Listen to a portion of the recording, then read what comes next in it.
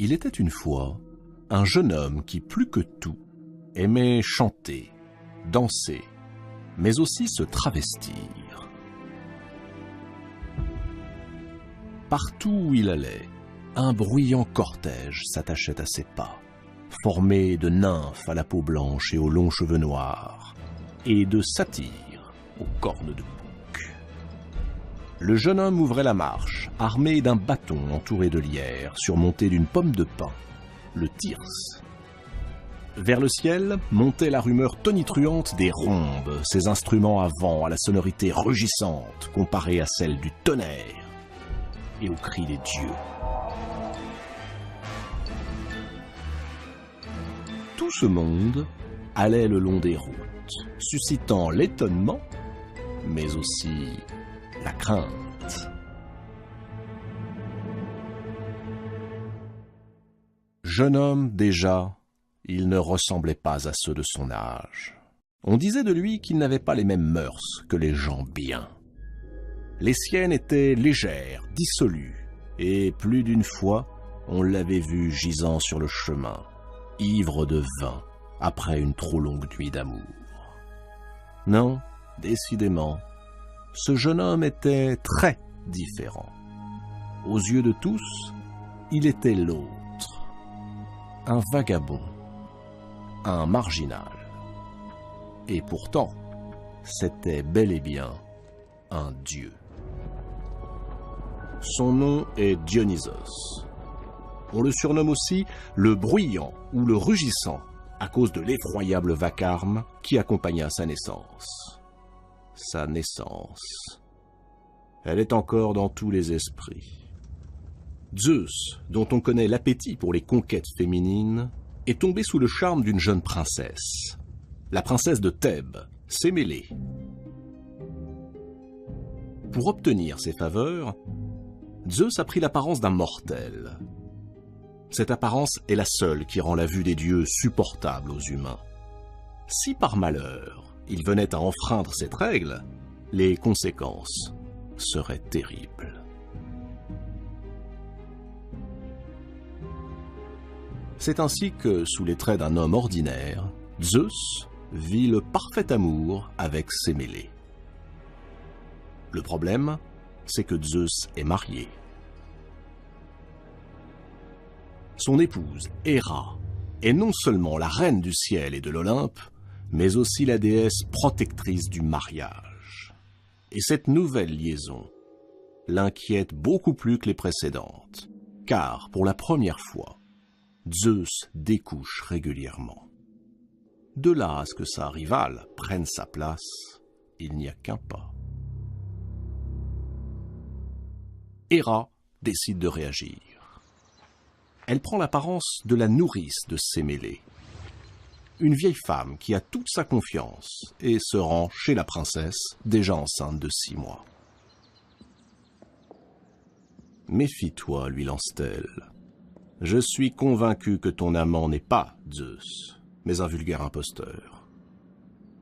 Si tu veux en avoir le cœur net, exige de lui qu'il se montre à toi en souverain des dieux et maître de la foudre, comme il le fait lorsqu'il est parmi les dieux. » Sémélé est troublé. Et si sa nourrice disait vrai? Lorsque Zeus vient lui rendre visite, elle lui demande de se montrer à elle tel qu'il est réellement. Zeus est épouvanté.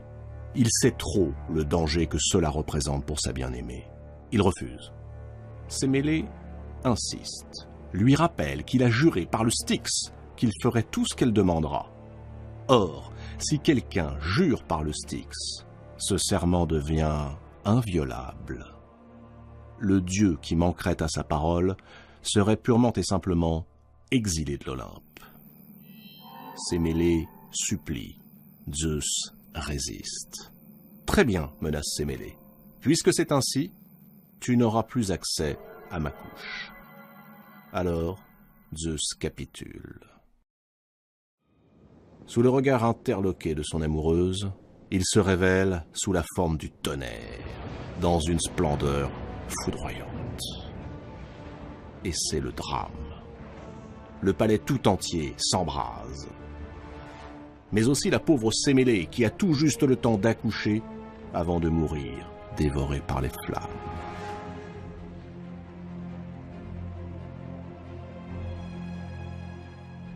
Miraculeusement, le feu a épargné l'enfant que Zeus récupère. Mais que faire de ce petit être fragile né avant terme? Hermès, le dieu messager, qui est aussi le fils de Zeus, vient à son secours. Il entr'ouvre la cuisse du roi de l'Olympe et y glisse le bébé. Zeus, le père, devient mère. 3 mois plus tard, Hermès, toujours lui, rouvre la cuisse du seigneur de l'univers. Un nouveau-né en sort. Les Romains diront, il est né de la cuisse de Jupiter.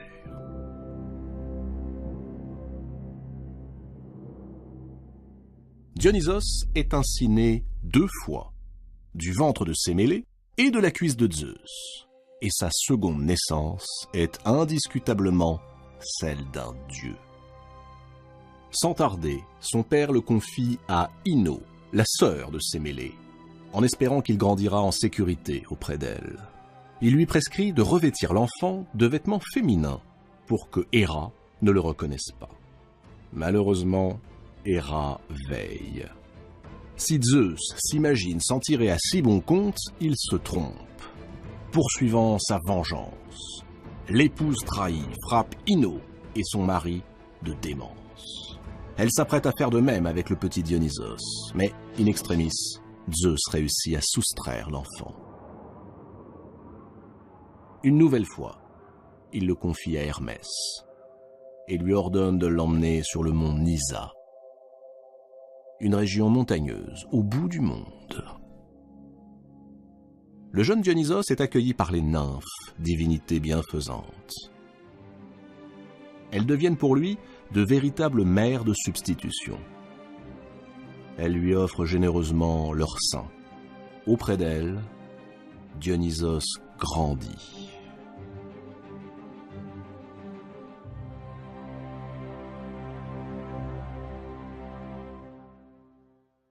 Dionysos sait déjà que le chemin qui l'attend pour être accepté par les dieux sera long et fastidieux. Il devient le dieu errant. Un beau matin, Dionysos fait la découverte qui transformera la vie des mortels. Ce jour-là, le jeune dieu voit un serpent mordre dans une grappe de raisin. À son tour, il saisit la grappe, la presse entre ses doigts, observe avec étonnement le liquide qui s'écoule. L'idée de la culture de la vigne et l'art d'en tirer du vin viennent de germer dans la tête de Dionysos. Il décide alors de parcourir le monde pour l'enseigner aux hommes.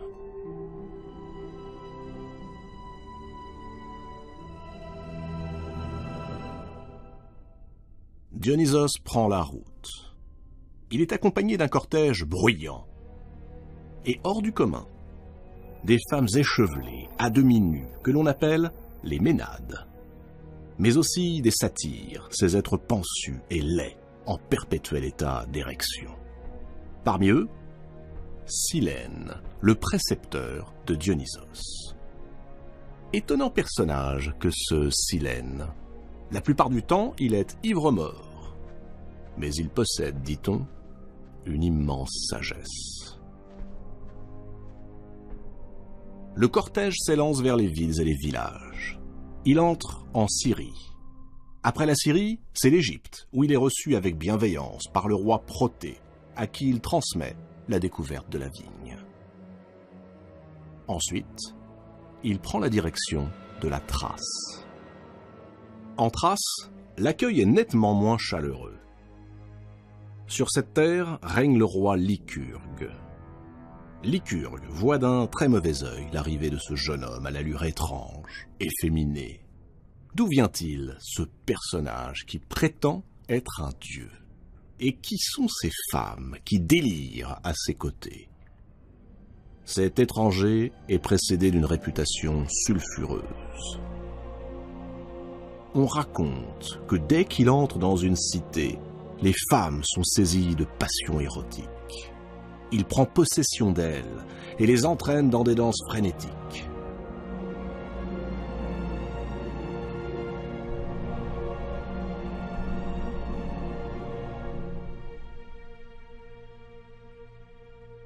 Tout ceci inquiète le roi au plus haut point.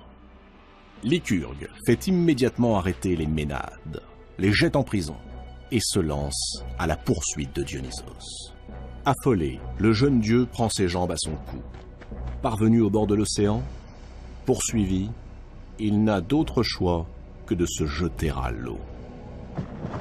Dionysos va mourir noyé, disparaître à jamais.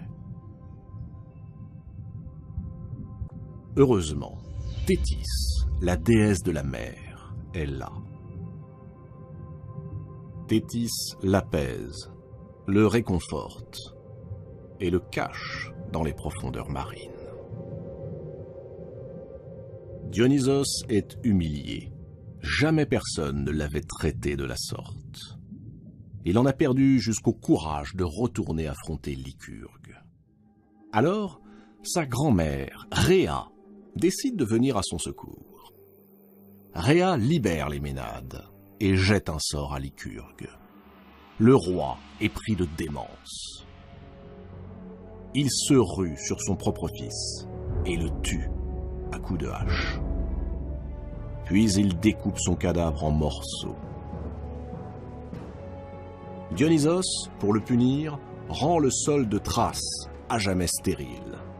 Il annonce que cette stérilité ne cessera que si Lycurgue est mis à mort.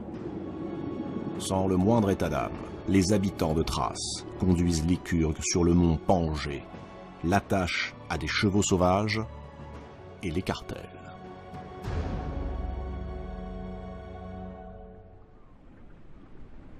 À présent, le jeune Dionysos peut reprendre son périple. Il repart pour le sud, et le voilà en Inde. Zeus l'a chargé d'une mission. Sur son ordre, il doit anéantir la population qui s'est montrée impie à l'égard des dieux en leur préférant des divinités nouvelles, à tête d'éléphant ou aux multiples bras. Châtier ceux qui ne respectent pas les dieux, c'est à cette seule condition, lui a dit son père, qu'il accédera à l'Olympe. Dionysos s'exécute. Mais il n'a pas besoin de livrer bataille. Les habitants sont déjà sous son charme.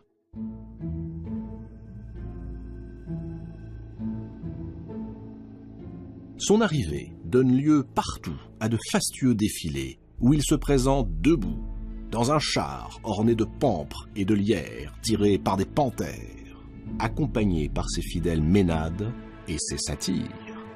Il parcourt les cités dans un tourbillon de cris, de chants et de danses, au son des flûtes et des tambourins.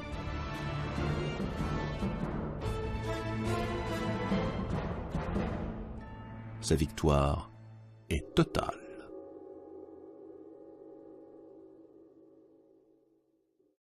Mais le voyage de Dionysos n'est pas encore achevé. Une ville, la plus importante, reste à conquérir. Thèbes, la ville où il a vu le jour.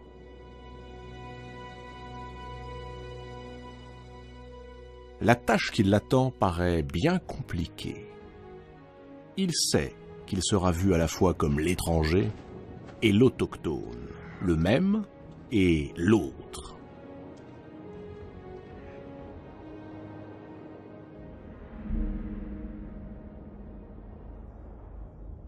C'est le roi Panthée qui règne sur la cité.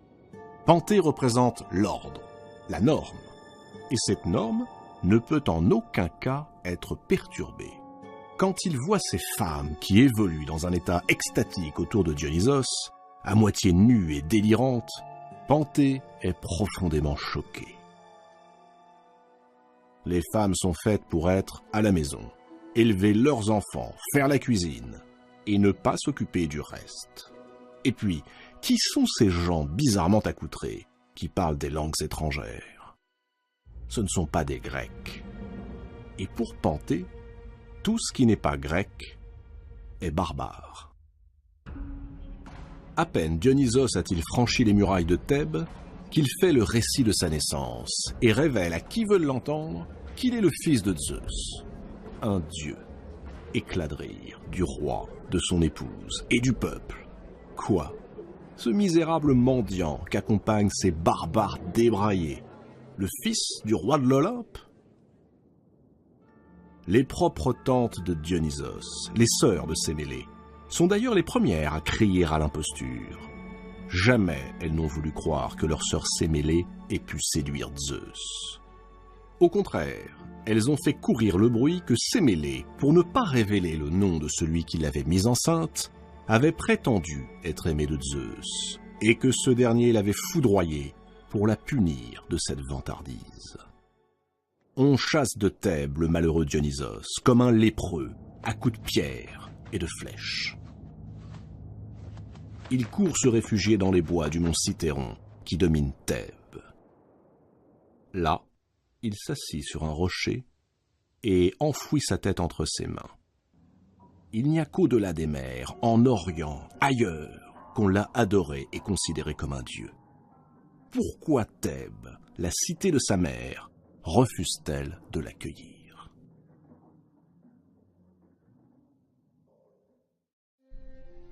La nuit venue, Dionysos réunit son cortège. Il allume un immense feu autour duquel il fait couler des sources de vin et se met à danser avec les ménades aux tresses sensuelles, avec les satyres aux torses difformes et avec les centaures aux pas rapides. Puis, dans le fracas des tambours, au son des fifres et des flûtes, le voilà qui descend vers la ville. Dionysos commence par frapper de folie ses tantes, puis l'épouse de Panthée et toutes les femmes de Thèbes. Incapables de se maîtriser, elles quittent leur maison à moitié nues, délaissent leurs enfants et leurs maris. Dans l'extase, la démence et le délire, elles se mettent à adorer le nouveau dieu, Dionysos. Dionysos les applaudit, puis il leur commande de rejoindre les Ménades sur le mont Cithéron. Là-bas, ensemble, elles pourront s'adonner sans retenue à des plaisirs orgiaques et des libations.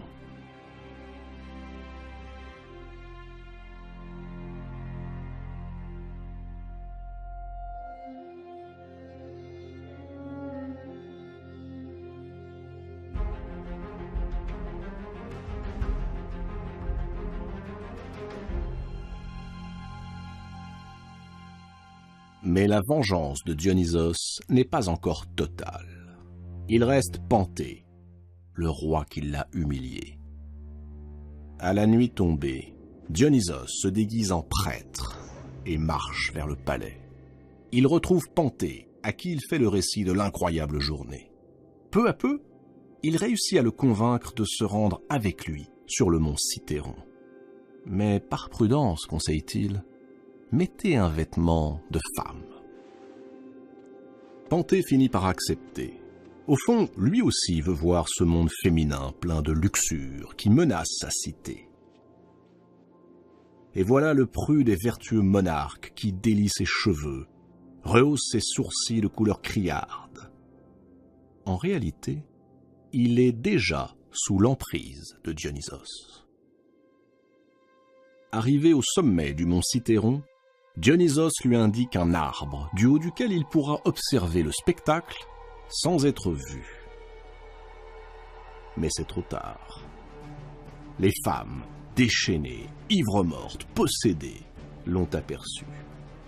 Et sous le déguisement, elles ont reconnu un homme. Elles se jettent sur lui, elles le déchirent, le lacèrent. Et parmi elles, la propre mère de Panthée. Panthée essaie désespérément de se faire reconnaître par elle. Mais celle-ci, égarée par la frénésie, lui arrache un bras. Puis les autres femmes le tailladent littéralement.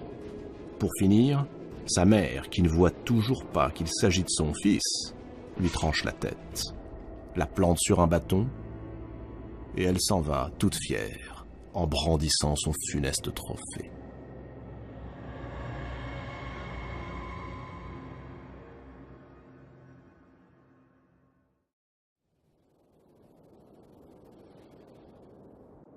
Quand les femmes de Thèbes recouvrent leurs esprits et reviennent dans leur cité, Dionysos les attend. Il s'avance et il leur parle ainsi. « Peuple de Thèbes, je suis le plus grand défi jamais lancé à la face de l'humanité. Tu t'es laissé prendre au piège des habitudes, comme tous les mortels. Tu révères l'ordre et la rigueur, qui sont certes indispensables pour vivre en paix au sein de la cité. Mais tu refoules la part d'étrangeté qui t'inquiète et qui pourtant gît au fond de toi.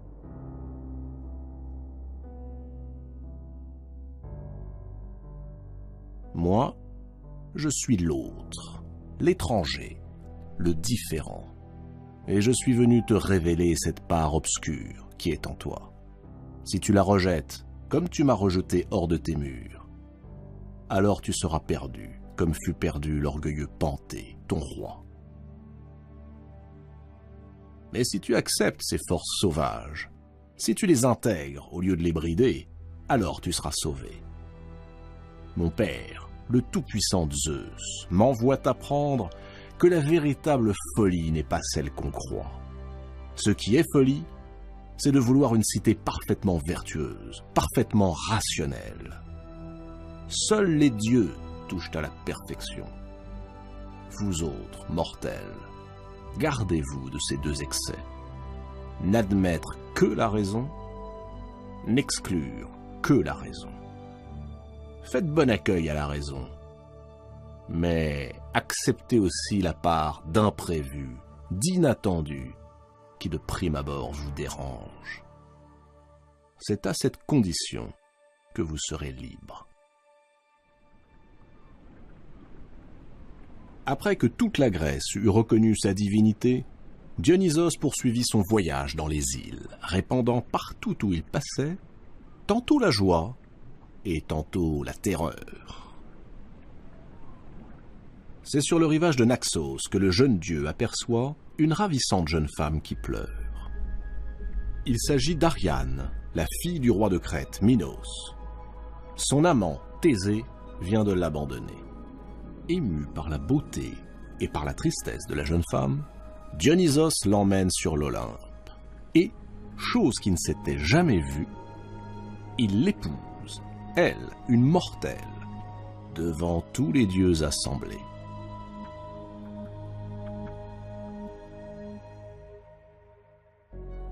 La puissance du fils de Zeus est désormais reconnue par tous.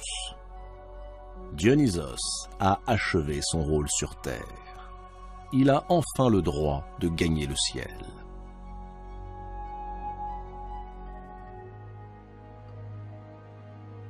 Dionysos, le bâtard de Thèbes, l'étranger dans la ville, a dû batailler dur pour imposer sa divinité. Bientôt, le culte de Dionysos s'implante officiellement dans le monde grec. Au printemps et à l'automne, les cités organisent de grandes réjouissances populaires. Elles donnent naissance à une forme essentielle de l'art grec, le théâtre. Peu à peu, les poèmes prennent la forme de pièces que l'on joue dans des lieux consacrés aux dieux. Ce sont les fameux théâtres antiques. On déclame des vers qui racontent la vie de Dionysos et ses exploits, ou ceux des autres grands héros de la mythologie. On se travestit, on porte des masques, on danse, on boit.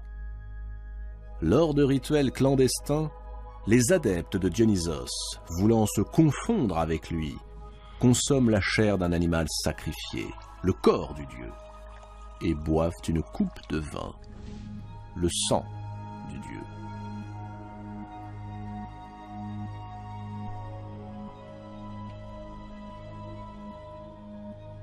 Dionysos est décidément un dieu bien différent.